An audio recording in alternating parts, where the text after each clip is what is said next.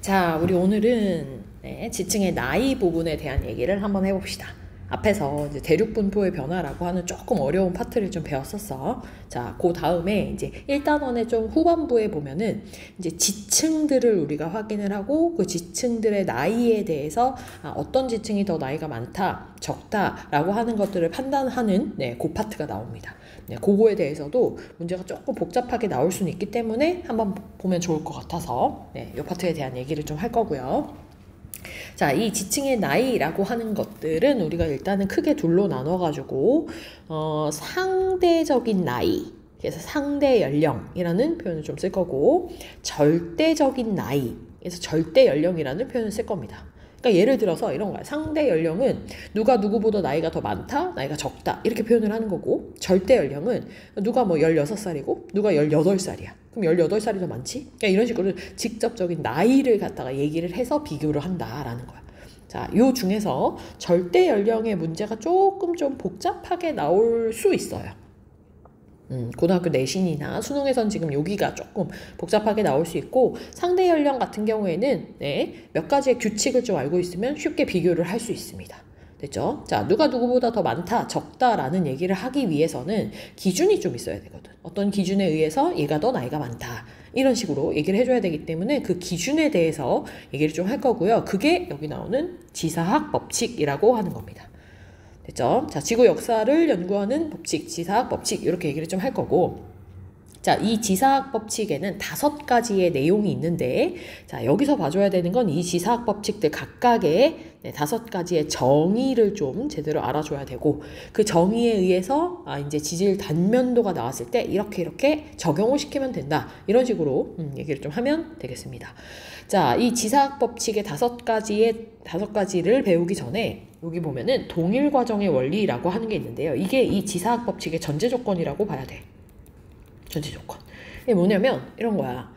우리가 이런 지사학 법칙들을 알아내고 지금 현재의 지층에다가 적용을 시킬 수 있는 이유는 뭐냐면, 우리가 과거에 일어났었던 일들을 갖다가 직접 눈으로 본 게 아니고 추정을 하는 거지. 왜 어떻게 추정을 할 수 있냐? 현재 일어나는 일이 과거에도 동일하게 일어났을 거라고 생각하기 때문에. 되죠? 그래서 현재 지각에서 발생하는 이런 모든 사건들이 과거에도 동일하게 일어났을 거라고 가정을 하고, 현재에서의 적용시키는 것들을 과거에도 똑같이 그럼 적용을 한번 시켜보자 라고 전제를 깔고 지사학 법칙을 갖다가 설명을 하는 거야. 됐죠? 동일 과정의 원리, 동일 과정설 이런 것들은 전제 조건이다 라는 걸 기억을 하고 본격적으로 가보도록 합시다. 자, 지사학 법칙은 5가지. 일단 수평퇴적의 법칙입니다. 수평퇴적의 법칙. 이 지사학 법칙을 우리가 배우는 목적 자체를 잘 기억해야 돼. 지층을 보고, 지층들이 이렇게 착착착착 쌓여져 있을 텐데, 지층을 보고 누가 더 먼저 생성된 건지 누가 더 나중에 생성된 건지를 파악하기 위해서 우리가 지금 공부를 하는 겁니다. 자, 수평퇴적의 법칙은요, 일단 정의가 일반적으로 퇴적물이라고 하는 건 중력의 영향을 받아가지고 수평하게 쌓인다라고 하는 게 정의야. 그러니까 우리가 보통 퇴적물들은 어디에 잘 쌓이냐면 아무 때나 쌓이는 거 아니고, 퇴적물들은요 낮은 지대에 잘 쌓입니다. 저지대에. 그러니까 이 낮은 지대에 잘 쌓이는데, 낮은 지대라고 하는 거는 대표적인 게 보통 바다야. 바다가 좀 제일 낮거든. 그래서 바다 쪽으로 퇴적물들이 운반이 돼가지고 퇴적이 될 거야. 그러면 얘들이 낮은 곳으로 이동하는 게 왜 그런 거냐? 중력 영향을 받아서 그런 겁니다. 그럼 중력 영향 받아서 보통대로라면 평행하게 이렇게 수평으로 착착착착 이렇게 쌓일 겁니다. 됐죠? 자, 근데 이거보다 조금 더 중요한 내용이 뭐냐면 요거야. 근데 만약에 현재 우리가 어떠한 지층의 모양을 봤을 때 그 현재 지층의 모양이 기울어져 있거나 휘어져 있어. 그러면 지각변동, 지진 같은 거 받았다, 화산 같은 거 일어났다 라고 판단할 수 있다는 거야. 그래서 요 말이 좀 중요합니다. 원래의 정의도 좀 중요하지만 응용해서 그러면 수평하게 쌓여져 있지 않다면 얘들은 지각변동 받은 거구나, 이렇게 판단할 수 있다. 됐죠? 자, 2번째, 이번엔 지층 누중의 법칙. 누중이란 말은 누적이야, 누적. 그러면 지층이 밑에서부터 착착착착착착 이렇게 쌓였을 때 제일 밑에 있는 게 오래됐다, 제일 위에 있는 게 최근에 만들어진 거다, 이렇게 얘기를 할 수 있겠지? 단 조건이 있습니다. 자, 어떤 조건이 있냐면 얘들이 어떤 지각 변동을 받아가지고 지층이 이렇게 거꾸로 역전이 될 수도 있거든. 오래된 게 오히려 더 위쪽에 올 수도 있고, 최근 게 더 밑으로 내려갈 수도 있습니다. 되나요? 네, 어떤 경우가 그러냐면은 이런 경우가 그럴 수 있어. 자, 지층들이 이렇게 쌓여져 있는데 만약에 예를 들어서 힘을 이렇게 양쪽에서 세게 받은 거야. 그럼 이 지층들이 이제 휘겠지? 네, 휠 겁니다. 자, 휠 때 이렇게 예쁘게 이렇게 휠 수도 있겠지만 어떻게 휠 수도 있냐면 막 이렇게 휠 수도 있어. 이렇게 막. 됐지? 그러면 우리가 아무 때나 이런 데를 보면은 밑에 있는 게 그래도 더 오래됐겠구나 얘기할 수 있겠지만 어떤 경우에 있을 수 있냐면 요런 데 확인한 거야. 그럼 밑에 있는 부분이 오히려 더 최근에 만들어진 거고 제일 위에 있는 게 더 오래된 거일 수도 있다는 거야. 됐죠? 그러니까 이런 경우가 있을 수 있기 때문에 반드시 뭘 확인해야 되냐면요. 역전이 됐는지 안 됐는지를 확인을 먼저 해줘야 됩니다. 자, 이걸 확인하는 방법은 사실 요 앞쪽에 지질 구조, 퇴적 구조라고 하는 확인하는 방법들이 좀 있어요.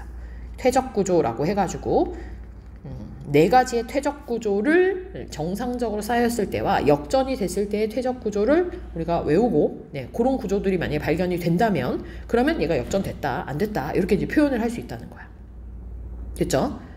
그거를 우리는 일단은 살짝 뛰어넘었기 때문에 어렵지 않습니다. 살짝 뛰어넘었기 때문에 일단 지층만 보고 지층의 그림만 보고 밑에서 별다른 특이한 구조들이 없다면 밑에 있는 애가 오래됐고 위에 있는 애가 최근에 만들어진 애구나 라고 생각을 해주면 되겠습니다. 됐죠? 자, 그 다음에 이 퇴적 구조는 혹시 문제 나오게 되면 언급을 좀 하겠습니다. 나중에. 자, 다음 관입의 법칙. 자, 관입의 법칙은 뭐냐면 이런 게 있을 수 있어. 자, 지층이 이렇게 쌓이는데요. 갑자기 밑에서 마그마가 이렇게 만들어진 거야. 그럼 마그마가 여기를 이렇게 뚫고 지나갈 수 있겠지. 뚫고 지나가는 과정에서 굳어져서 암석이 생길 수 있어요. 되나요? 자, 그럼 내가 어디를 볼 거냐면 예를 들어 요 부분을 봤다라고 한번 쳐봅시다. 요 부분을. 그러면 요 빨강색으로 지금 색칠이 되어져 있는 요 부분하고 파란색의 마그마가 굳어진 부분하고 도대체 누가 더 먼저냐, 누가 더 나중이냐 이런 것들을 결정을 할 수 있겠지, 그지? 자, 누가 먼저냐면은 빨강색으로 지층이 먼저 쌓여져 있었고 그 다음에 거기를 마그마가 뚫고 들어와서 얘가 두 번째로 쌓인 거다 이렇게 얘기를 할 수 있어. 즉 마그마가 뚫고 들어오는 걸 우리가 마그마가 관입했다라는 표현을 씁니다. 되죠? 자, 그러면 문장을 관입한 암석이 뭐야? 결국 마그마가 굳어서 생성된 암석들 얘기를 하는 겁니다. 마그마가 굳어서 생성된 애들은 관입을 당했던 애들보다 나중에 생성된 거죠. 시간 순서 되죠? 이게 관입의 법칙이야. 됐지? 자, 그럼 여기 보면은 관입의 법칙을 설명할 수 있는지를 갖다가 실제 예를 한번 들어볼게. 자, 여기 A, B, C라고 하는 지층이 있네요.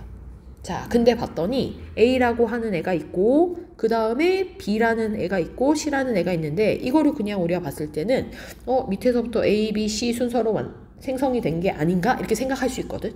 근데 자, 여기 보면 변성범위라고 하는 힌트가 좀 나와져 있어. 이 변성이 왜 됐을까? 성질이 왜 변했을까? 마그마에 의해서 변한 거야. 그러면 얘는 어떤 식으로 지금 지층이 쌓인 거냐면요. A라고 하는 애가 제일 먼저 쌓인 건 맞아. 그 위에 C가 쌓였어. C가 퇴적이 됐어. 근데 거기를 이 마그마인 B가 뚫고 들어온 겁니다. 뚫고 들어왔기 때문에 이 A와 C가 마그마랑 맞닿는 이런 부분에서 지금 변성이 생기게 되는 거야. 됐죠? 그래서 이런 변성 범위가 있다라고 하는 건 나중에 제일 마지막에 B라고 하는 애가 관입이 됐구나. B라고 하는 마그마가 관입이 돼서 굳었구나. 우리 이렇게 이제 순서를 정할 수 있다라는 얘기입니다. 됐죠? 네. 여기 포획이라는 말이 있는데요. 포획은 뭐냐면 이런 거야. 원래 있었던 암석들이 있는데 거기를 마그마가 뚫고 들어와. 근데 뚫고 들어오는데 좀 큰 범위로 뚫고 들어옵니다. 그럼 원래대로라면 마그마가 되게 뜨거우니까 그 암석이 싹 다 녹아야 되거든. 근데 녹지 않고 일부 그냥 남아있는 암석들이 있을 수 있어.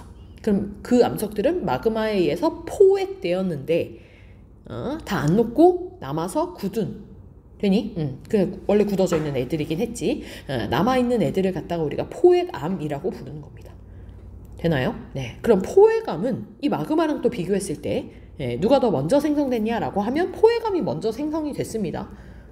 그리고 마그마가 들어왔는데 못 녹인 거고.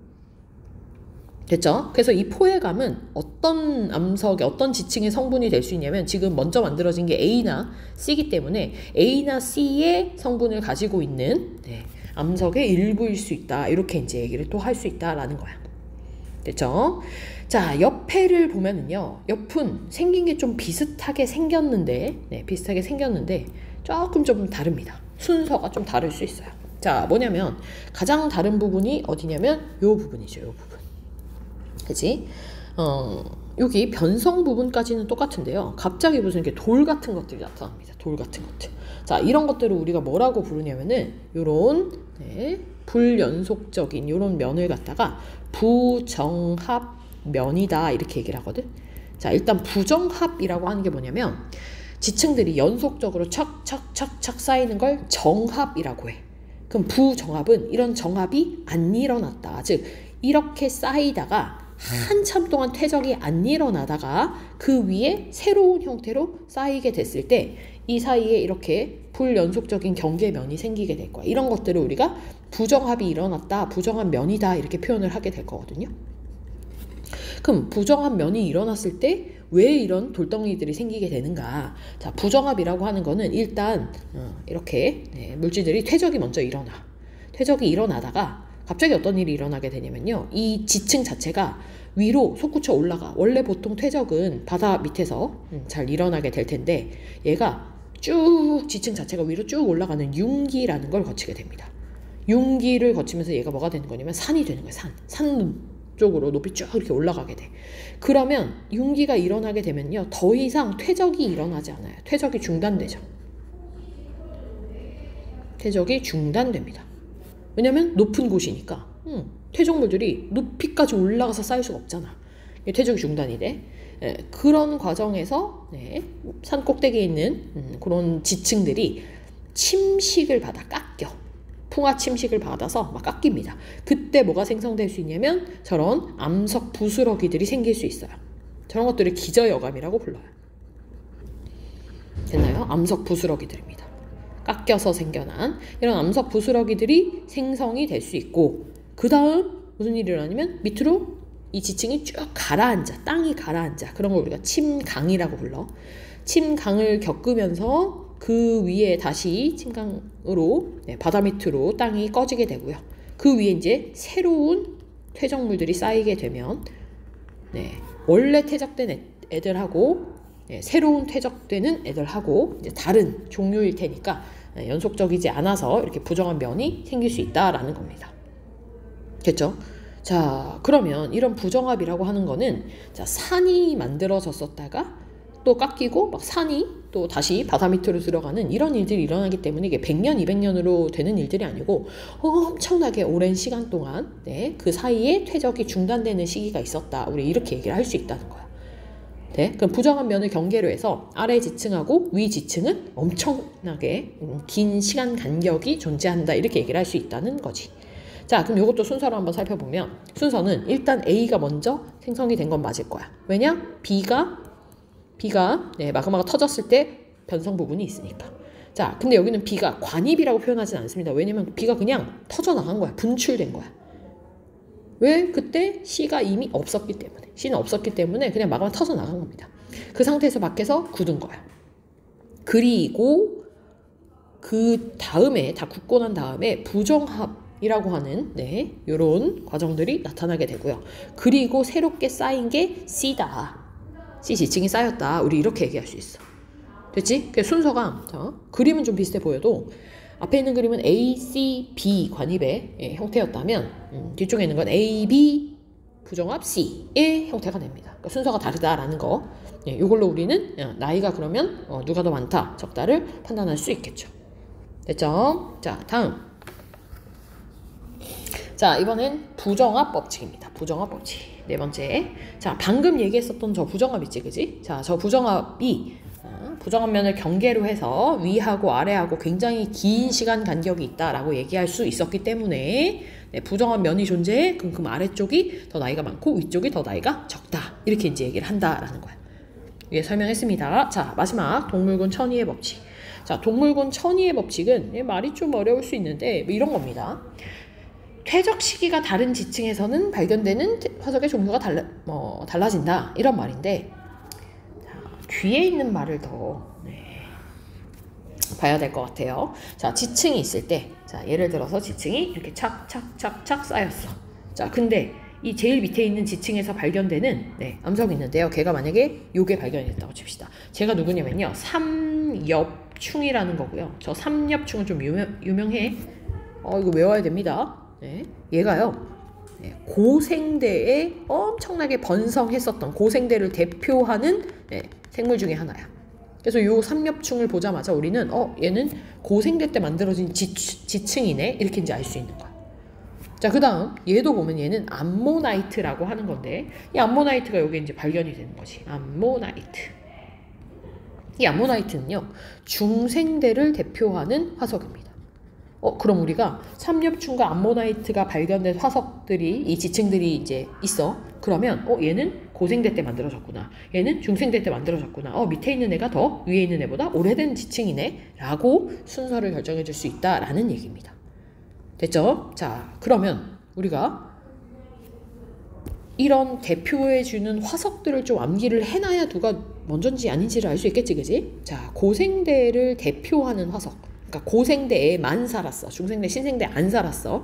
고생대를 대표하는 화석 중에 가장 대표적인 애가 삼엽충입니다. 삼엽충. 됐죠? 그 다음 방추충이라는 것도 있어요. 방추충. 얘가 방추충입니다. 방추충. 대표적인 것만 얘기할게. 자, 그 다음 중생대는요. 중생대를 대표하는 화석 아까 암모나이트 얘기했었죠. 그 다음 공룡. 공룡도 중생대를 대표한다. 이렇게 얘기할 수 있어. 자, 그 다음 신생대를 대표하는 거는 화폐석이라고 하는 암석하고요. 화석하고 그 다음에 매머드. 요렇게 두 개씩만 외워놓도록 하겠습니다. 이게 각각의 이 시대를 대표하는 화석들이야. 그래서 어떤 지층에서 만약에 화폐석이 발견됐다? 그럼 그 지층은 신생대 때 만들어진 지층이다. 이렇게 얘기를 좀 할 겁니다. 화폐석하고 매머드 어떻게 생겼는지는 보통 지층 나오면은 옆에다가 이런 그림들 딱 이렇게 해놓고 얘가 땡땡 해서 삼엽충, 방추충, 암모나이트 이렇게 표현을 해줄 겁니다. 그리고 이제 그런 문제들이 반복이 되다 보면 어떤 애들이 어떻게 생겼는지를 조금 이제 외울 수 있을 거야. 그러면 이제 좀 외워가지고 또 문제를 풀면 됩니다. 자, 요게 지금 우리가 지질 단면도를 봤을 때 나이를 갖다가 판단을 하는 방법이야. 수평 퇴적 법칙, 지층 누중 법칙, 관입, 부정합, 동물군 천이의 법칙까지 이렇게 5가지를 가지고 우리가 상대적으로 누가 더 나이가 많다, 적다 라는 걸 판단을 하면 됩니다. 됐나요? 자, 그러면 연습을 해봅시다. 자, 연습을. 자, 만약 예를 들어서 요런 지질 단면도가 나왔어. 지층을 갖다가 딱 잘라서 우리가 옆에서 본 걸 지질 단면도라고 할 거야. 지질 단면도가 나왔어. 자, 그랬을 때 누가 먼저고 누가 나중이냐, 요걸 좀 판단을 해야 됩니다. 자, 일단 보니까 제일 밑에 있는 거는 E네요. E. 그럼 E가 제일 먼저 쌓였을 겁니다. 근데 거기를 지금 보니까 D라고 하는 이렇게 플러스 되어져 있으면 요거 마그마가 굳어진 암석이구나 생각하면 돼. 그 얘기는 D라고 하는 애가 관입이 됐구나. 이렇게 이제 표현을 할 수 있고요. 그 다음 아까 이런 돌덩어리들 기저효감이라고 했었지, 그지? 그럼 부정합이 생겨났네. 그리고 C가 퇴적이 됐고 그 위에 B가 퇴적이 됐구나. 그리고 다시금 부정합이 나타나고 그 다음에 A가 쌓였겠구나. 우리가 이렇게 판단을 할 수 있다는 겁니다. 이 지지 단면도를 보고 이렇게 순서를 잡을 수 있고요. 자, 이거 순서 잡는데 지금 사용된 지사학 법칙들을 한번 얘기를 해보면 E가 있는데 거기를 D가 관입했으니까 관입의 법칙 여기다 썼을 거야. 관입의 법칙에 의해서 E 다음에 D가 관입됐다.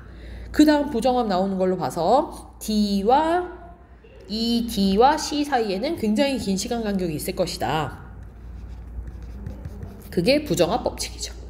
그 다음 C하고 B를 보니까 일단 C가 밑에 있고 B가 위에 있어. 그럼 얘는 지층 누중의 법칙을 쓸 수 있고요. 또 기울어져 있는 거 보이죠? 기울어져 있다라는 거는 얘네 지각 변동 받았겠구나. 수평 퇴적 법칙도 적용시킬 수 있습니다. 그 다음 다시 부정합 법칙 쓸 수 있고. 되니? 그래서 이렇게 지금 4가지의 법칙들이 적용이 되어져 있는 거야. 여기 지금 빠진 게 동물군 천위의 법칙인데요. 화석이 안 나와 있기 때문에 동물군 천위의 법칙은 적용을 시키기가 좀 힘드네요. 됐니? 그래서 서술형으로 만약에 문제가 나와. 지지 단면도가 나왔어. 문제에서 다음에 지층의 순서를 나이대로 쓰시오.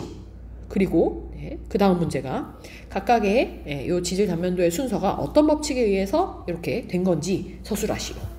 이렇게 문제 나올 수 있다는 얘기입니다. 됐죠? 그래서 그 법칙들의 정의를 잘 기억을 하고 있어야 된다. 됐니? 자, 요게 상대 연령에 대한 얘기입니다. 누가 누구보다 나이가 많다, 적다 라고 하는. 자, 근데 이거는 지금 다 우리가 어떠한 특정 한 지역을 갖다가 비교를 좀 하는 거고요. 어떤 경우들이 있을 수 있냐면 여러 지역을 갖다가 비교를 할 수 있습니다. 여러 지역을. 그래서 뭐 여기 보면 가지역, 나지역, 다지역 이런 식으로 여러 지역을 비교를 할 수가 있어. 자, 이 여러 지역을 비교를 하는 거는 우리가 2가지의 방법이 있습니다. 암상에 의한 대비라는 것과 화석에 의한 대비라고 우리가 이제 나눠서 얘기를 좀 할 수 있는데, 암상에 의한 대비라는 거는 암석의 모양이거든. 그러니까 퇴적되는 암석의 모양을 좀 보면서 같은 모양이면은 얘들은 비슷한 시기에 퇴적이 됐겠구나 라고 예상을 하는 겁니다. 근데 이제 주의해야 되는 건 뭐냐면, 그러면 예를 들어 가 지역에서 사암이 퇴적이 됐어. 그리고 나 지역에도 사암이 있어. 그럼 얘들은 비슷한 시기일 수 있다라고 말할 수 있는 건 반드시 얘들이 인접한 거리에 있는, 가까운 인접한 거리에 있는 지역들이어야 암상에 의한 대비를 쓸 수가 있습니다.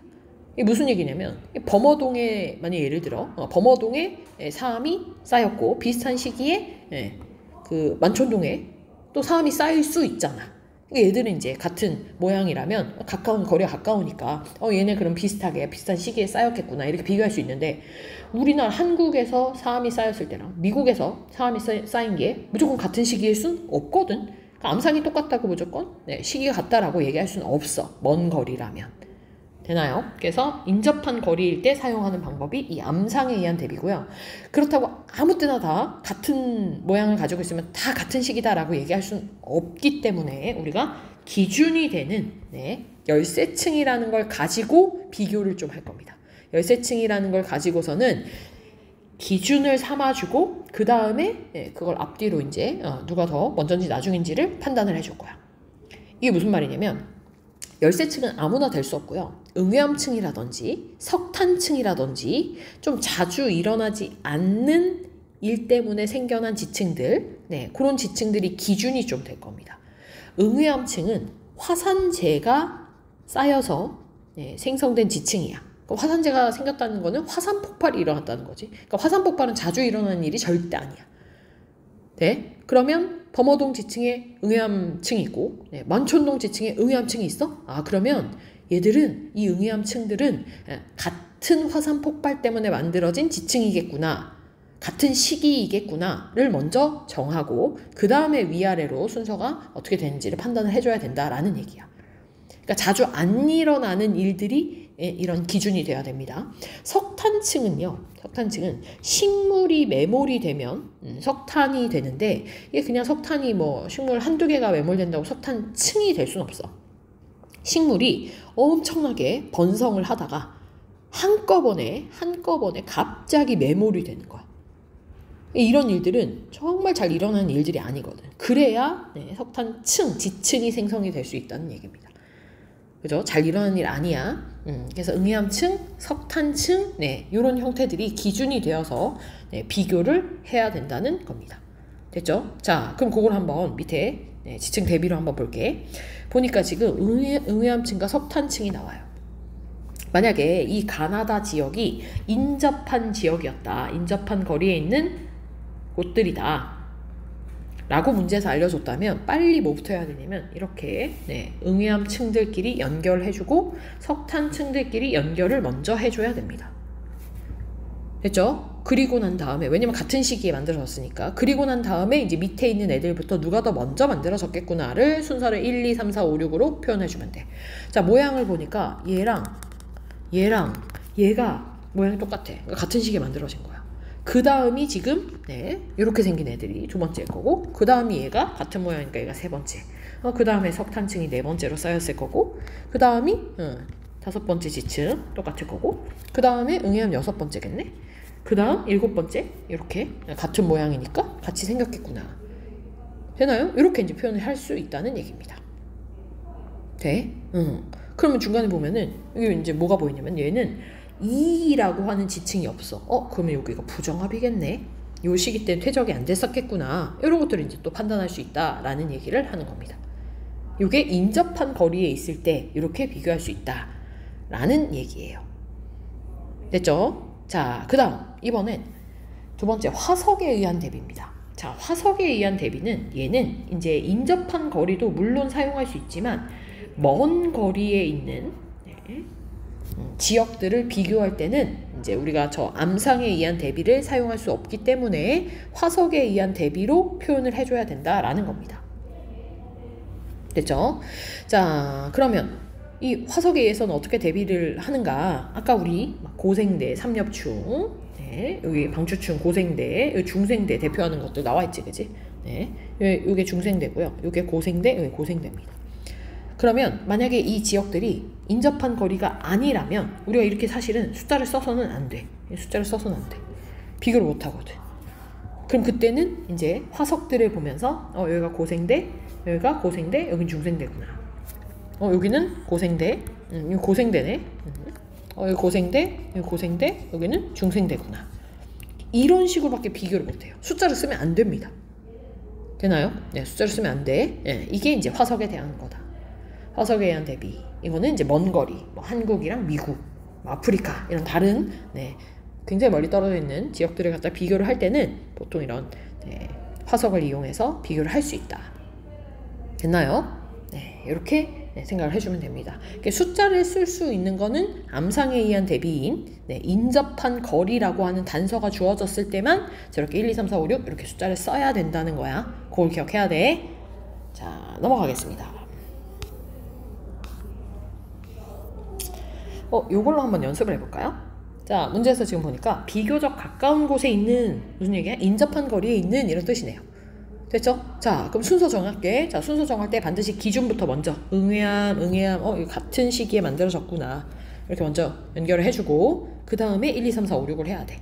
자, 그럼 응애암층 아래쪽이 더 오래된 애들일 테니 일단 얘가 먼저일 것 같고, 그 다음에 2번, 2번, 3번, 3번, 그 다음에 응애암층 4번, 네 번째로 만들어지고, 그 다음이 얘가 5번이 돼야 됩니다. 그 다음에 4함이 이제 6번이 되는 거고. 되나요? 그 다음에 얘가 7번, 얘가 8번 이렇게 되겠네요. 여기 보면 알 수 있듯이, 자, 지금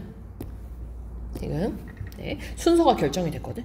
그럼 이제 문제에서 어떤 걸 물어볼 수 있냐면 A, B, C 지역에서 열쇠층으로 이용될 수 있는 건 응애암층 밖에 안 됩니다. 여기 석탄층은 안 나와 있네요. 자, 그 다음 A, B, C 지역의 가 지층이 모두 다 같은 시기에 생성됐네. 가는 A에서는요, 두 번째로 생성이 됐고, 얘도 2번 시기에 만들어졌는데, 자, C에서는 7번 시기에 만들어졌기 때문에 모두 같은 시기 아닙니다. A하고 B만 같은 시기에 만들어졌고 C는 다른 시기인 거야. 그러니까 암상이 똑같더라도 다를 수는 있다. 그런 거를 우리가 골라내기 위해서 저렇게 열쇠층을 사용한다라는 겁니다. 자, 가장 오래된 지층이 있는 지역, 가장 오래된 지층 1번이겠지. 1번 어디야? 여기. B가 되겠네요. B.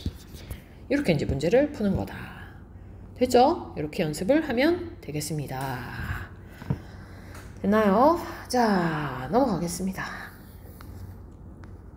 자, 이번엔 이제 절대 연령에 대한 얘기입니다. 절대 연령. 자, 절대 연령이라고 하는 거는 이제 우리가 실제 암석의 나이를 갖다가 알아내가지고 그 나이를 서로 비교하는 거야.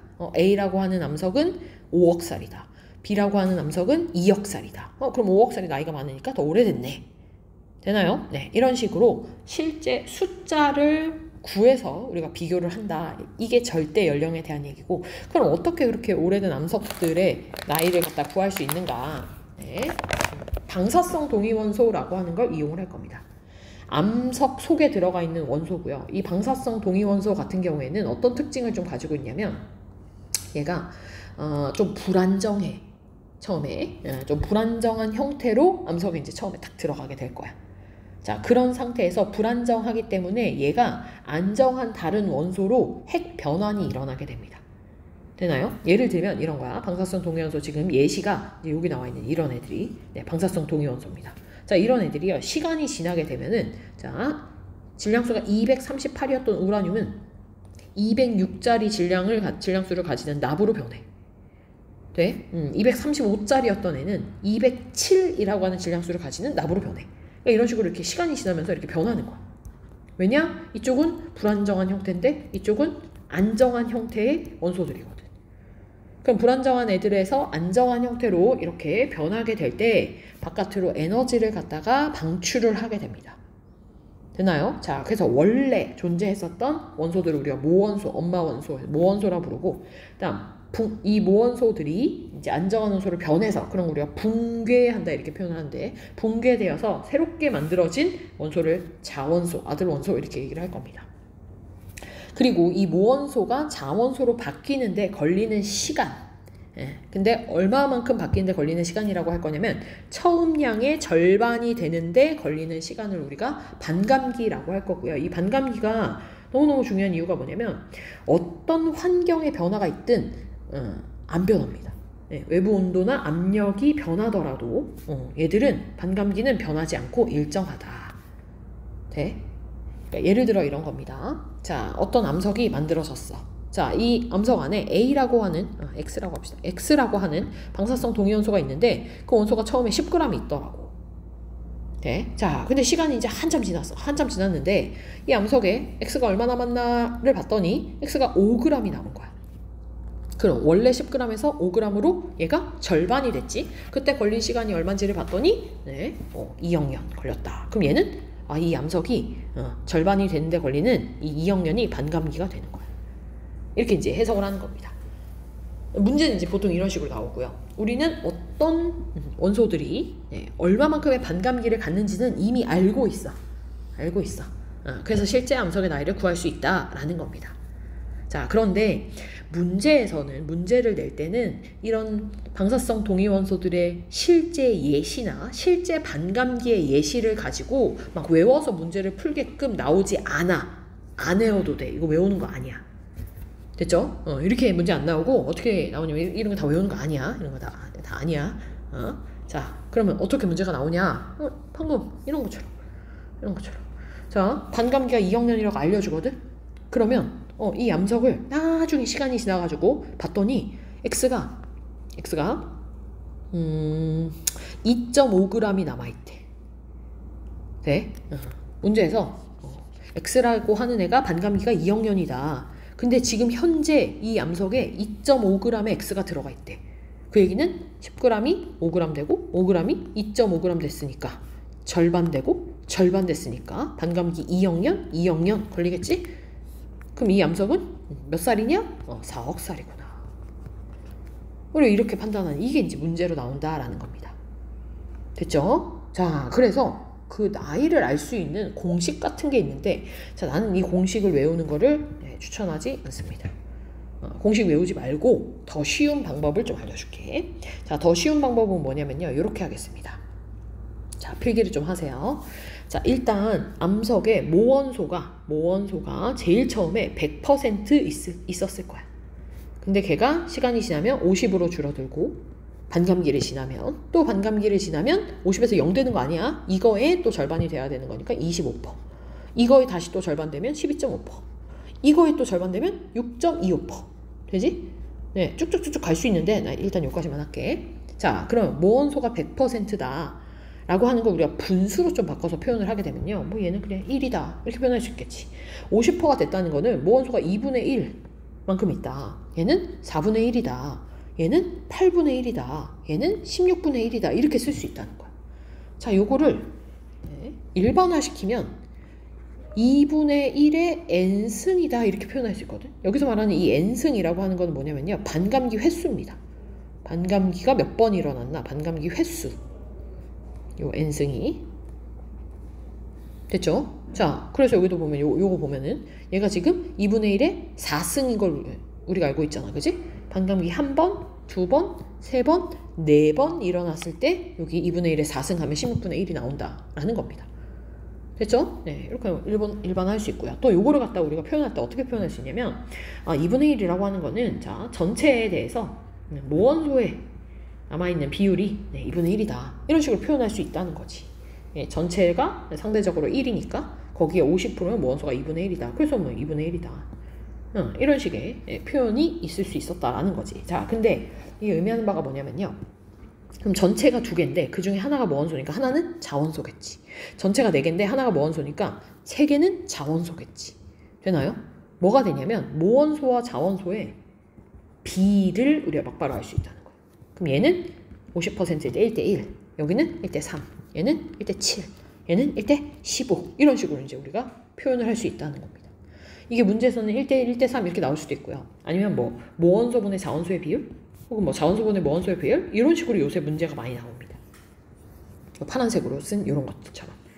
됐죠? 네, 그래서 요거까지 이렇게 알아두면 저 공식을 외울 필요 없이 그냥 문제 나오면 위에다 빨리 한번 써보고 그 다음에 그럼 지금 현재 X라고 하는 애가 모원소고 X'이라고 하는 애가 자원소인데 얘네들이 남아있기를 뭐 예를 들어 얘가 25%가 남아있고 얘가 75%가 있다.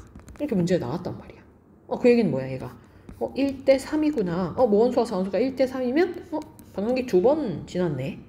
이렇게 이제 판단을 할 수 있다는 거야. 그럼 이런 문제가 나오면 꼭 옆에 그래프에 100%에서 이렇게 감소하는 형태여서 여기 100, 50%가 될 때 50%가 될 때 그때 시간이 얼마다 이렇게 주는 그래프가 있을 겁니다. 이게 반감기가 되겠죠?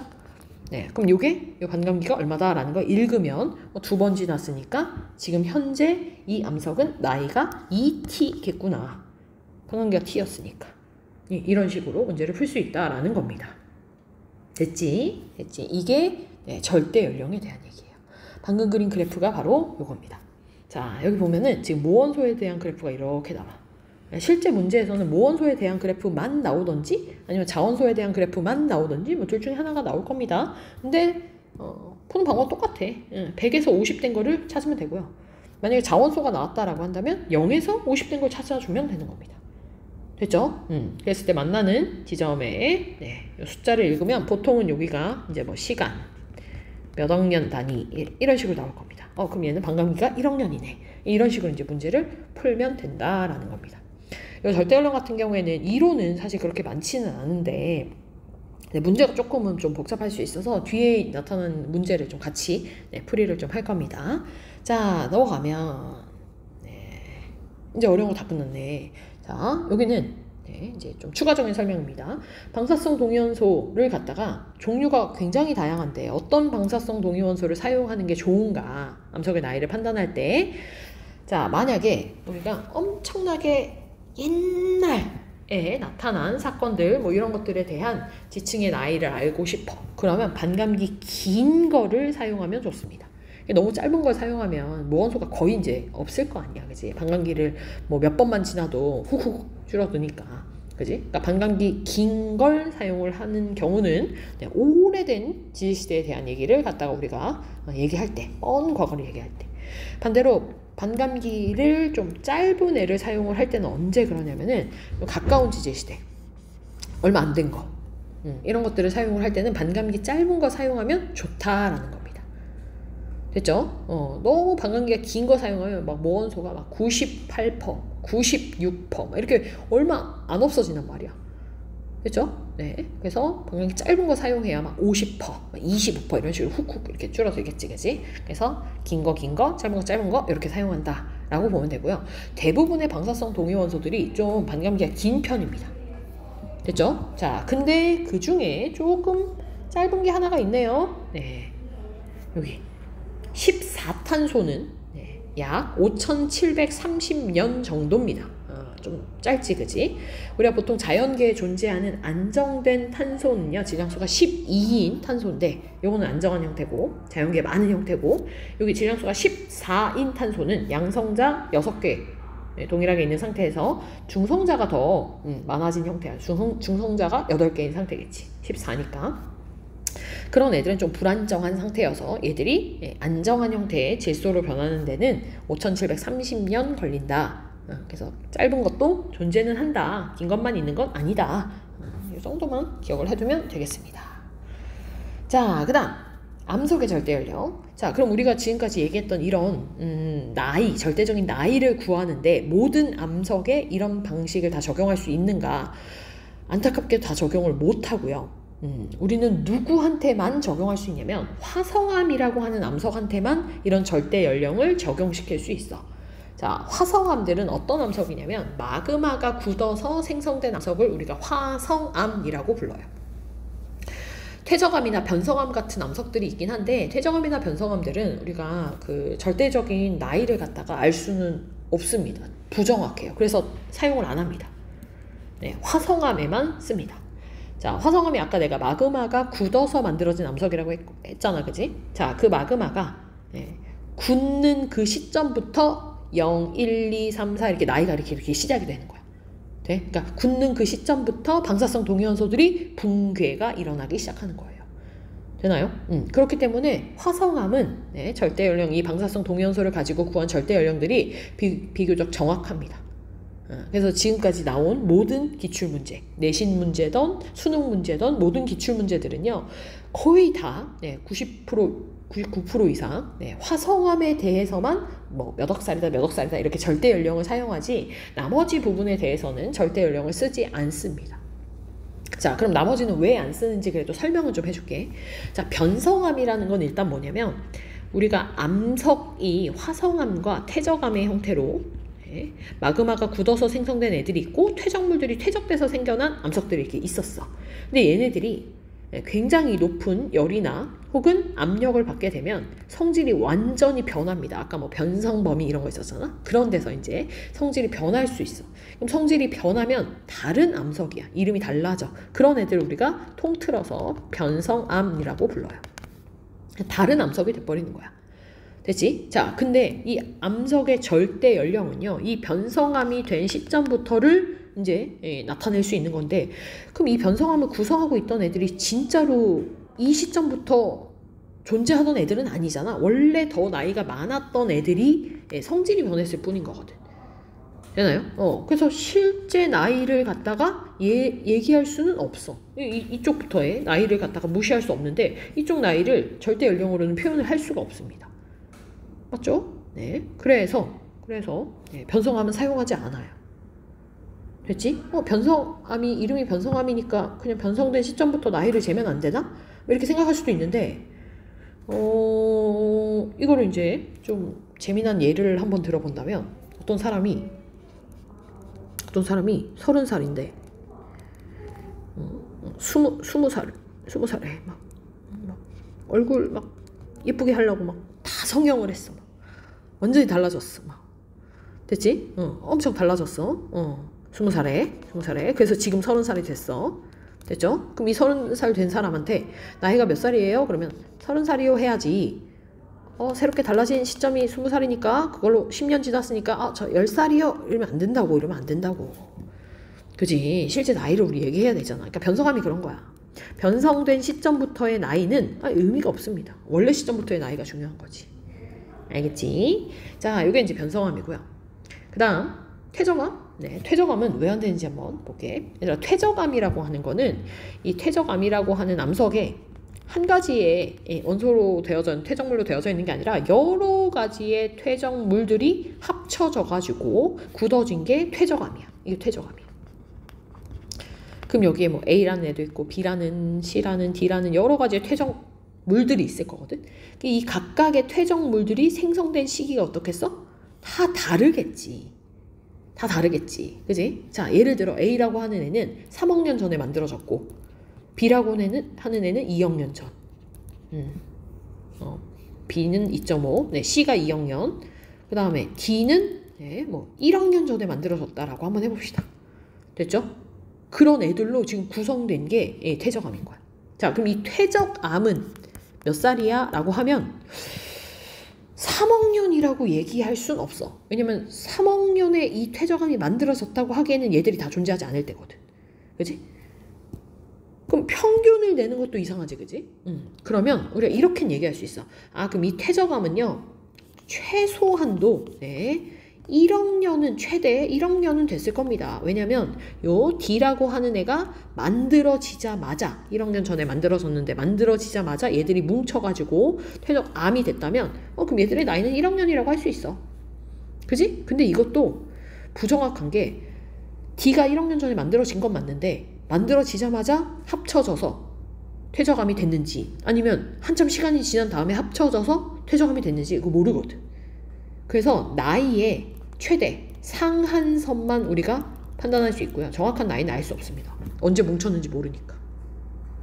그래서 여기 보면 퇴적암이 생성된 시기가 아니라 각각의 퇴적물의 근원암의 생성 시기를 우리는 구할 수 있는 거지. 얘들이 퇴적암이 됐을 때가 몇 년, 퇴적암이 된 걸로부터 몇 년 지났다 이렇게 얘기하긴 힘들다라는 거야. 그래서 안 써. 부정하면 안 씁니다. 그래서 우리는 마그마 굳은 요 화성암한테만 몇억 살이다. 방사성 동위원소가 몇 퍼센트가 몇 대 몇이다. 뭐 이렇게만 표현을 한다라는 겁니다. 됐죠? 자, 그럼 여기 탐구자료 창을 한번 보면은 방사성 동위원소의 반감기를 이용해서 절대연령을 측정하는 방법에 대한 예시입니다. 자, 보니까 문제에서 뭐라고 되어져 있냐면 가는 지층 단면에 대한 얘기고 나는 이 지층에 암맥에 포함되어져 있는 방사성 동위원소 X의 붕괴 곡선이다 라고 되어져 있어. 그래서 암맥은 별게 아니고요. 마그마가 이렇게 뚫고 들어간 근데 지층을 이렇게 거슬러서 이렇게 완전히 뚫고 들어간 이런 애들을 그냥 암맥이라고 불러요. 마그마 얘기하는 겁니다. 마그마가 굳어진 암석을 얘기를 하는 거예요. 우리 아까 관입이라는 표현을 썼었죠. 관입암을 표현을 하는 겁니다. 자, 근데 그럼 여기가 마그마가 있었던 플러스 화성암이 될 거고요. 여기 하나 더 있네요. 암맥이. 그럼 우리는 나이를 갖다가 이 많은 지층들 중에서 이 암맥 A와 암맥 B의 나이만 알 수 있지 다른 것들은 나이를 알기 힘들다라는 거야. 자, 문제에서 암맥 A는 현재 25% 남아있고 암맥 B는 50% 남아있대.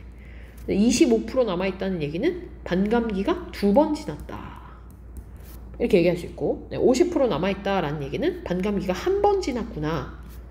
이렇게 할 수 있네요. 자, 그럼 반감기가 얼마인지를 봤더니 100에서 50 될 때까지 걸린 시간을 확인해 보니 단위는 100만 년 단위니까 2억 년이네. 2억 년. 됐지? 자, 그러면 암맥은 반감기가 2억 년인데 2번 지난 거니까 암맥의 나이는 2 곱하기 4억 살이구나. 이렇게 할 수 있고 B는 1번 지난 거니까 얘는 2억 살이구나. 이렇게 판단을 할 수 있다는 얘기입니다. 됐나요? 네. 그래서 나이를 이렇게 구분 지어서 A가 오래됐네. 이렇게 판단을 할 수 있다는 거야. 됐지? 네. 지지산면도 나온 김에 순서도 한번 결정해 볼까요? 자, 순서는 일단 여기를 내가 0이라고 할게. 0이 제일 먼저 쌓였을 거고 그 다음 1, 2, 3, 4 순서대로 쌓였겠네요. 근데 휘어져 있는 걸 봐서는 이렇게 휘어지는 걸 우리가 습곡이라고 부르거든. 습곡이라고 하는 일들이 일어났을 겁니다. 지각 변동을 받았다는 얘기죠. 양쪽에서 이렇게 누르는 힘이 작용할 때 이렇게 기울어질 수 있거든. 휘어질 수 있거든. 이런 거를 우리가 이런 모양을 습곡이라고 불러요. 습곡이 발생을 했을 거고요. 순서로는 0, 1, 2, 3, 4가 순서대로 퇴적이 됐을 거야. 근데 거기에 지금 막 이렇게 물결 표시되어져 있는 걸 아마 이 지층에서는 부정압으로 표시를 한 것 같습니다. 원래는 여기 막 이렇게 기저여감들이 나와져 있으면 더 큰 힌트가 됐었을 거야. 근데 부정압이 나타나기 전에 일단 암맥이 먼저 뚫고 들어갔다. 암맥 A가 관입했다. 이렇게 볼 수 있어. 관입. 그 다음에 부정압이 생긴 겁니다. 왜냐면요. 만약에 위에 있는 5번이 쌓이고 그 다음에 암맥이 들어왔다면 변성이 여기도 이렇게 일어나야 돼. 마그마가 나중에 들어온 거니까. 근데 변성 없잖아. 변성 부위 표시 안 돼 있잖아. 그지? 그러니까 부정압에 의해서 뚫고 들어왔는데 부정압에 의해서 싹 깎인 거지. 깎여서 한참 뒤에 이제 5번이 쌓이게 되고요. 순서대로 5, 6, 7, 8, 9까지 5, 6, 7, 8, 9까지 쌓이게 됩니다. 그리고 마찬가지로 또 여기에 암맥 B가 뚫고 들어오는 관입을 한 거고 그 다음에 여기도 또 예쁘게 싹 잘렸으니까 부정압 일어났네. 됐죠? 그리고 난 다음에 10번부터 13번까지 일어났구나. 퇴적이 됐구나. 이렇게 이제 확인할 수 있다라는 얘기입니다. 됐나요? 네. 자, 이걸로 알 수 있는 게 이제 뭐냐면 이런 관입의 법칙 알 수 있고 부정합 법칙 알 수 있고, 그지? 휘어져 있는 걸로 봐서는 수평 퇴적의 법칙, 수평 퇴적의 법칙 알 수 있고, 별다른 역전 구조 안 나와 있기 때문에 순서대로 지층 누중의 법칙 알 수 있다. 되나요? 네, 앞에 거를 같이 적용을 시켜봤습니다. 자, 요게 절대 연령에 대한 얘기입니다. 요게 절대 연령에 대한 얘기. 자, 그럼 우리는 뒤에 문제를 조금 같이 한번 풀어보도록 하겠습니다. 자, 이런 거 한번 풀어볼까요? 이런 거 순서만 좀 결정을 한번 해볼게. 자, A, B, C의 순서를 좀 보게 되면은 가 지역 같은 경우에는 일단 A가 먼저 쌓였을 거고 거기를 B가 관입을 했을 겁니다. 자, 플러스로 표시되기도 하고요. 이렇게 체크 표시로 마그마가 관입된 걸 표시하기도 합니다. 그 다음 부정합이 생겨서 예쁘게 싹 잘렸을 거고 거기를 C가 퇴적이 됐겠네. 이렇게 이제 표현할 수 있다는 거야. 됐지? 네. 자, 그 다음 나도 보니까요. 나도 B가 지금 쌓이고 거기를 A가 마찬가지로 관입을 했고요. 그 다음 부정합이 생기고 C가 쌓였구나. 이렇게 볼 수 있겠네요. 됐나요? 자, 그 다음 다를 봤더니 다는 A가 쌓이고, 됐죠? 물결 표시를 부정합이라고 본다면 요거 그냥 부정합이라고 하겠습니다. 부정합이 생기고 C가 쌓였는데 거기를 B가 뚫고 마지막에 뚫고 들어온 거야. 그지? B가 관입한 거야. C 있는 부분까지도 B가 들어왔으니까 순서가 이번엔 A, C, B 순서가 될 거고요. 라를 봤더니 A가 있는 상태에서 이거 부정합으로 보겠습니다. 부정합이 일어나고 C가 쌓이고 거기를 마찬가지로 또 B가 관입한 형태구나. 이렇게 얘기를 할 수 있겠네요. 그래서 우리 쓸 때 이런 지질단면도 쓸 때요. 관입된 거는 이런 식으로 뭐 B관, A관 이렇게 쓰는 걸로 하고, 부정합이 있다면 부동그라미 해서 이렇게 쓰는 습관을 좀 들이면 나중에 진짜 도움이 많이 됩니다. 나중에도 정규 수업 때도 이렇게 시킬 거거든. 부정합은 부동그라미로 표현하게끔 할 거야. 그래야 나중에 뭐 이렇게 횟수 세는 게 있는데 그때 편합니다. 알겠죠? 자, 넘어갑시다. 자, 이것도 한번 볼까요? 여기 그림 가는 어느 지역에 지질 단면도 있고 방사성 동위원소가 이번엔 2개가 나오네. X가 있고 Y가 있대. 됐지? 근데 화성암 P에는 X가 포함되어져 있고요. 화성암 Q에는 Y가 포함되어져 있고 각각 처음량의 X는 50%, Y는 80%라고 되어져 있습니다. 됐나요? 네. 자, 그러면 일단 가 지역에서의 지층의 생성 순서를 쓰라고 했으니까 지질 단면도 보면서 생성 순서를 좀 써주면 가장 먼저 A가 쌓였을 거고요. 이게 제일 먼저 쌓였을 거고, 그 다음에 B가 쌓였는데 거기를 P가 지금 관입을 했을 거고, 그 다음 기저여관 보이죠? 부정합이 나타나. 그 다음 C 쌓이고 D 쌓이고 거기를 Q가 관입을 했고 다시 또 부정합 나타나고 E가 쌓였겠구나. 우리 이렇게 볼 수 있겠네. 됐지? 자, 화성암 P에는요 X라고 하는 방사성 동위원소가 지금 현재 50% 남아있는 형태로 존재하고, Q에는 Y가 포함되어져 있는데 얘는 80% 남아있다 라고 얘기할 수 있어. 그러면 나이를 읽어줄 수 있거든. 자, X가 50% 읽어주면은 얘 1억 살이네. 얘 1억 살짜리야. 됐죠? 근데 80%는 우리가 뭐 반감기가 아직 일어난 상태는 아니거든. 그래서 그냥 여기서 읽어주면 됩니다. 6, 7, 8, 80이죠. 이렇게 되겠네요. 이렇게. 됐나요? 그럼 얘는 0.6억 살이구나. 이렇게 표현할 수 있겠지. 여기가 1이니까 여기가 0.6 되겠죠. 됐나요? 이렇게 우리가 나이를 실제로 구할 수 있다라는 겁니다. 자, 이번에 가에서 화성암 P와 Q가 관입한 후에 각각 침식작용을 받았냐 받지 않았냐. 침식작용은 아까 부정합이 나타난다면 부정합의 과정 중에 침식 과정이 있었으니까 받았을 거고요. 둘 다. 여기도 부정합, 여기도 부정합 각각 네, 다 부정합이 있었기 때문에 침식작용 받았을 겁니다. 그 침식작용을 받았기 때문에 기저여감이 나타난 거야. 저기 돌멩이 같은 것들이 나타난 거다. 됐죠? 자, 그 다음 이번에 나에서 x와 y의 반감기는 누가 더 기냐. 그러니까 반감기는 그냥 50%짜리 보는 거니까 여기 50을 이렇게 쭉 따라가면 됩니다. 그럼 x는 반감기가 1인데요. y는 반감기가 2학년입니다. y가 더 기네요. y가 더 길다. 그 다음 화성한 P의 절대연령은 구했죠. 1학년. 이렇게 구해주는 거예요. 그러면 자 문제가 지층 C와 D의 절대연령을 이렇게 나타낸 것은 얘들아 C는 여기 있고 D가 여기 있습니다. 무슨 얘기냐면 P와 Q 사이에 존재해. 됐지? 그러면 나이가 0.6억 살보다는 많을 건데 1억 살보다는 적겠죠. 그 사이니까. 그래서 정답이 4번 이렇게 되는 거예요. 알겠지? 네. 그래서 나머지 부분도 풀어보면 될 것 같습니다. 자, 내신 만점 문제도 한번 볼까요? 자, 내신 만점 문제는 중요 문제 있지, 중요 문제. 중요 문제에서 좀 필요한 그림들, 그런 것들을 같이 한번 풀어보겠습니다.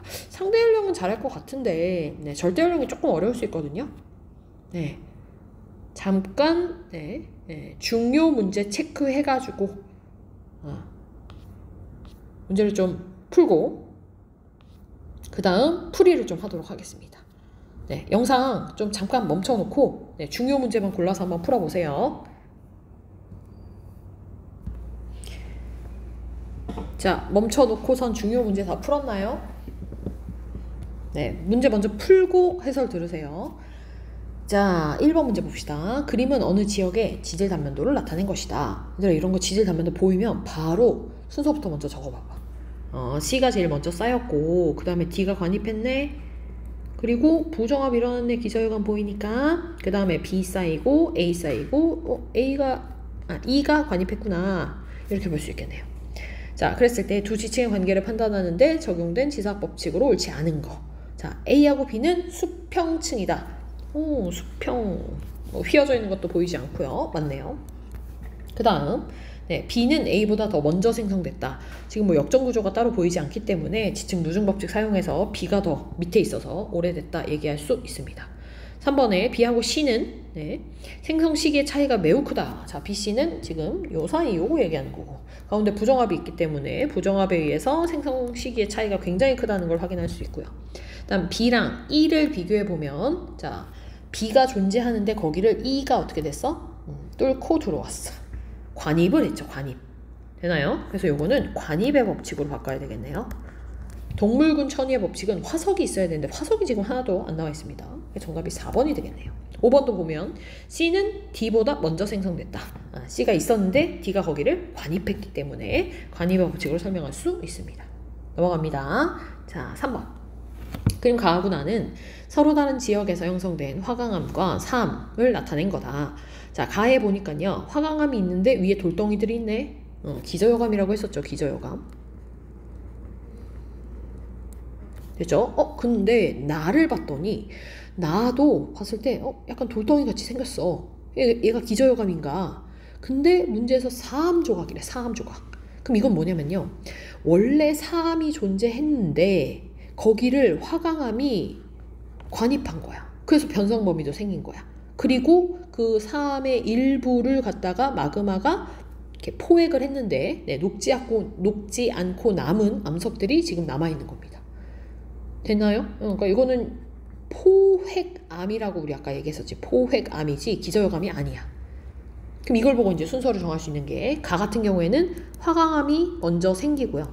그 다음에 부정합이 일어나면서 기저여감이 생겼고, 그 다음에 사암이 쌓여지게 된 거고, 나는 사암이 먼저 존재했다가 화강암이 관입을 했어요. 됐나요? 그 순서가 이렇게 된, 완전히 생긴 것 좀 비슷하게 생겼는데 완전히 다릅니다. 자, 그럼 기억에 가에서는 화강암이 사암보다 먼저 생성. 맞죠? 맞고. 자, 그 다음 니은의 나의 사암 조각은 기저여감에 해당하는가? 나의 사암 조각은요, 포획암입니다. 그래서 성분도 네, 사암의 성분과 똑같아요. 디귿의 가에서 사암과 화강암의 생성 순서는 관입의 법칙을 적용할 수 있는가? 관입이 아니라 네, 가에서는 부정화 법칙을 적용해야 되겠죠. 관입의 법칙을 적용하는 거는 나에서가 관입의 법칙을 적용을 해야 됩니다. 정답이 1번. 됐지? 자, 다음 5번 문제. 자, 5번에 지질학적 현상이 순서대로 일어난 것은 네. 지금 보면은요, 지층들이 엄청 휘어 있어. 자, 휘어 있는 거를 습곡이라고 한다 했습니다. 습곡. 됐죠? 자, 습곡인데, 습곡이 일어나고 난 상태에 습곡이 일어나고 있는 중에 마그마가 이렇게 네, 뚫고 들어가는 걸 볼 수 있고, 관입이 일어난 거지, 그지? 그 다음에 이렇게 잘려있는 네, 단층의 형태가 보입니다. 됐나요? 네. 그래서 습곡이 일어나고, 관입이 일어났고 단층인데, 자, 단층은 앞에 내용이 나오는 거라 아마 정단층, 역단층 구분하기가 쉽진 않았을 텐데, 우리가 지층이 이렇게 착착착착 쌓여 있다라고 했을 때 됐죠? 단층 면이 네, 이렇게 비스듬하게 생겼을 겁니다. 됐나요? 네, 비스듬하게 생겼는데, 자, 얘를 갖다가 요렇게 얘들을 갖다 이렇게 잡아 당기면 어떻게 될 거냐면요, 단층면을 앞에서 보는 것만 표시를 한다면 이렇게 되어져 있고, 네, 이렇게 되나요? 네, 이런 식의 모양이 생길 겁니다. 그러니까 얘가 내려가고 얘가 올라가고, 됐지? 네, 이런 식이 이제 생기게 될 거야. 자, 그런데 우리가 보통 요 단층면에서 단층면만 봤을 때, 단층면만 봤을 때요, 네, 이 반대쪽 부분, 요렇게 위쪽이 네, 넓게 나타나는 요 부분을 뭐라고 부르냐면 상반이라고 부르고요, 요 전체를 상반이라고 부르고, 반대쪽 좁게 나타나는 부분을 하반이라고 부릅니다. 지금 보면 상반이 내려가 있는 형태입니다. 상대적으로 하반은 올라가 있고, 상반이 아래로 내려가는 걸 우리가 정단층이라고 부르고요. 정단층. 반대로 네, 이번엔 똑같이 지층이 이렇게 착착착착 쌓였는데,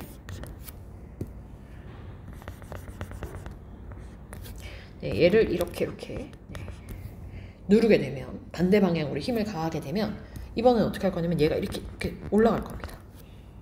맞죠? 그럼 그림을 그려보면 이렇게 있는 형태에서 이번엔 얘가 이렇게 올라간 네, 이런 형태가 될 겁니다. 됐죠? 그럼 상반이 올라가고 네, 하반이 내려가는 형태가 되겠지? 상반이 위로 올라가는 저런 네, 끊어진 지층을 우리가 역단층이라고 불러. 역단층. 됐죠? 그럼 얘는 지금 비스듬한 쪽이 네, 이쪽이 더 넓기 때문에 이쪽이 상반이 될 거고요. 상반이 올라간 형태여서 얘는 역단층에 해당하게 됩니다. 됐죠? 네. 그래서 정답이 2번입니다.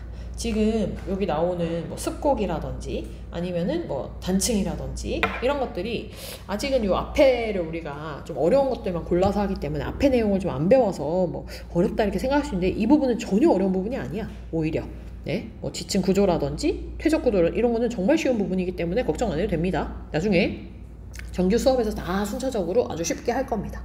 자, 그다음 6번. 자, 6번은요 순서만 좀 적어봅시다. 순서.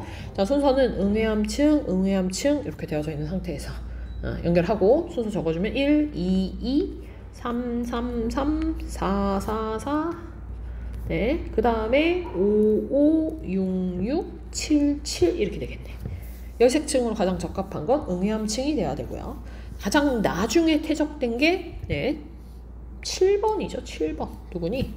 네, 생긴 게 사암이네요. 사암. 됐죠? 자, 그 다음에 나의 여감층은 다의 여감층보다 먼저 퇴적. 여감층이 생긴 게 이렇게 생겼네. 나는 네 1번 요거, 다는 네 6번. 그러면 1번이 먼저 퇴적. 맞죠? 정답이 3번입니다. 자, 절대 연령 한번 해봅시다. 절대 연령. 자, 절대 연령에 어느 암석에 들어있는 방사성 동위원소 X와 Y의 붕괴 곡선을 나타냈대. 자, 둘 다 방사성 동위원소니까 반감기부터 먼저 찾는 거. 자, 그럼 X는 7억 년, Y는 14억 년. 그럼 Y의 반감기는 14억 년이고 X는 7억 년이니까 2배가 맞네요.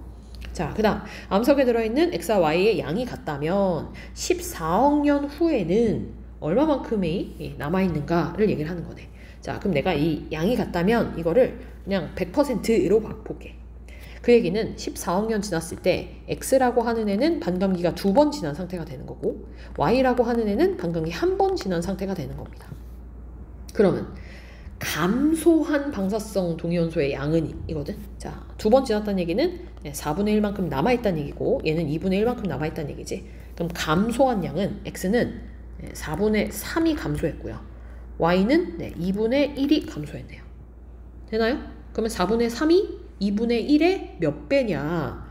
네, 몇 배인가요? 2분의 3배가 돼야 되네. 1.5배네요. 틀렸네. 됐죠? 자, 이 암석의 나이가 10억 년이라면 얘들아 10억 년이라고 하는 거는 반감기를 한 번 지난 이후가 되겠지, 그지? 네, 한 번 지나고 더 지난 상태가 되는 거야. 그러면 모원소는 50%보다는 더 어떻겠어? 더 적겠죠.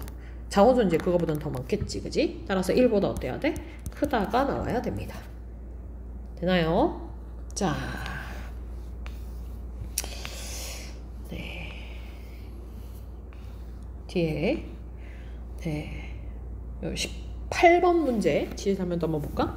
자, 요거는 순서부터 빨리 적으면 C, 그 다음 A가 관입을 했고 부정합이 일어났네.